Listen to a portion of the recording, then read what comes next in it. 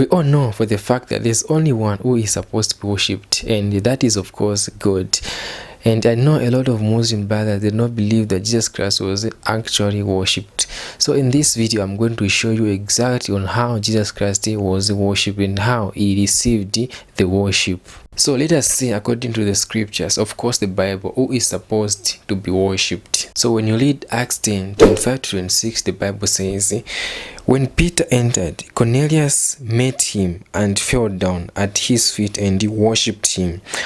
26. But Peter lifted him up, saying, stand up, I too am a man.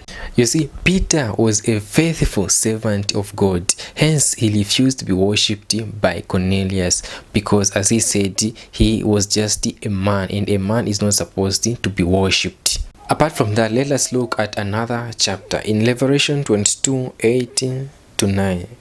The Bible reads, I, John, am the one who heard and saw these things, and when I heard and saw them, I fell down to worship at the feet of the angel who showed them to me. 9.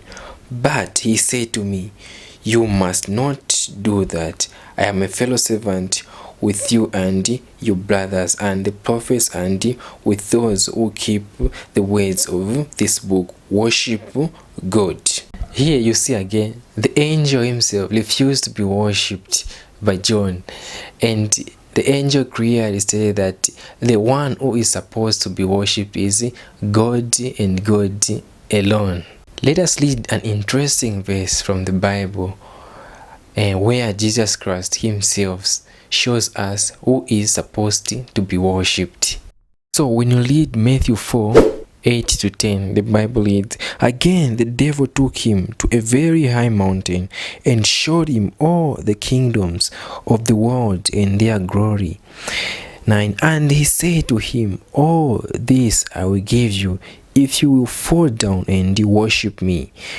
Then Jesus said to him, be gone, Satan, for it is written, you shall worship the Lord your God, and him only shall you serve. Even Jesus Christ showed us that the only one who is supposed to be worshipped is God. But wait, if Jesus Christ is God, why was he then saying all those words?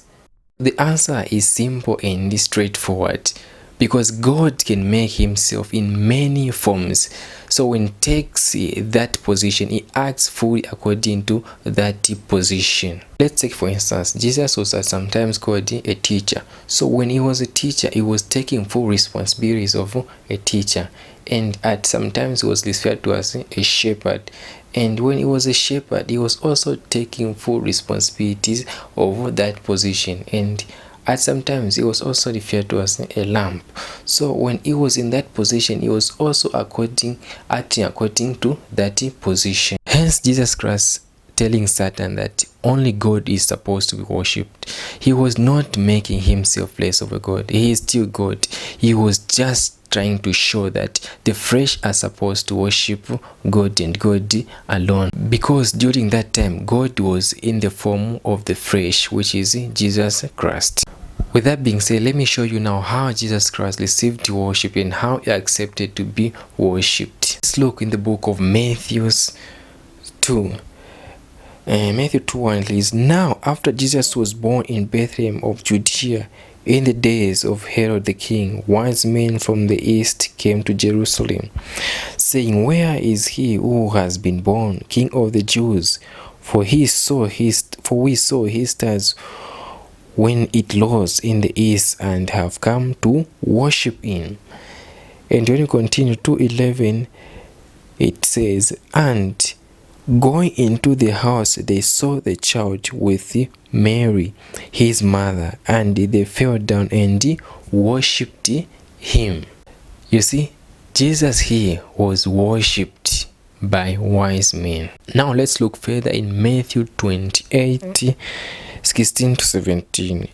The Bible is, now the 11 disciples went to Galilee, to the mountains to which Jesus had directed them. 17. And when they saw him, they worshipped him, but some doubted. Among the 11 disciples, Peter was there. And as we had seen before, Peter refused to be worshipped by Cornelius, and he told him only God is supposed to be worshipped, because of course he was just a man. But here Peter again worshipped Jesus. We have seen that according to the Bible, only God is supposed to be worshipped, and we have seen Jesus has been worshipped on several occasions, and we know that he is God in a human or in a fresh form. Hence, he is not less of a God. He is the same mighty God. I know some won't believe this. Even though I've used the scriptures, they still won't believe this. But they were still looking for that same ambiguous statement. But yeah, it's okay, bro. You can remain with what you believe in. Maybe one day you will find the truth, and the truth shall set you free.